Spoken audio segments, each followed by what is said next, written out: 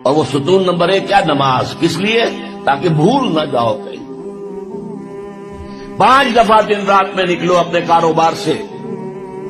صبح نیند بڑی ٹھنڈی ہوتی ہے، بڑی ٹھنڈی ٹھنڈی ٹھنڈی ہوا. ساری رات ہفس رہا ہو تب بھی صبح ضرور کچھ نہ کچھ ہوا چلتی. مریض ساری رات تڑپتا رہا ہو لیکن صبح کے وقت آ کر اسے کچھ نہ کچھ سکون آتا. تو فجر کی نماز کی اذان ہو گئی ہے، سن لی ہے، لیکن لیٹنے کو جی چاہ رہا ہے. اس کے خلاف جدوجہد کریں گے، اپنے نفس کے خلاف، تبھی تو اٹھیں گے نا.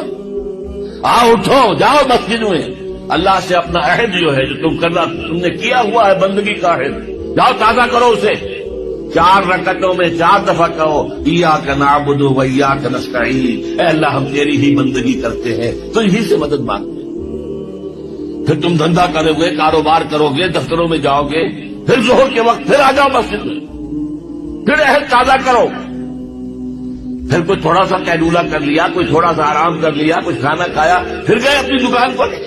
لیکن پہلے عصر کی نماز پڑھ لو، پہلے تم اپنا عہد جو ہے پھر تازہ کر لو. پھر غروب سورج کے وقت پھر تازہ کرو، رات کو سونے سے پہلے پھر تازہ کرو. حفیظ جالندھری کا بڑا عمدہ شعر ہے کہ سرکشی نے کر دیے دھندلے نقوش بندگی، آؤ سجدے میں گرے لوح جبین تازہ کرے.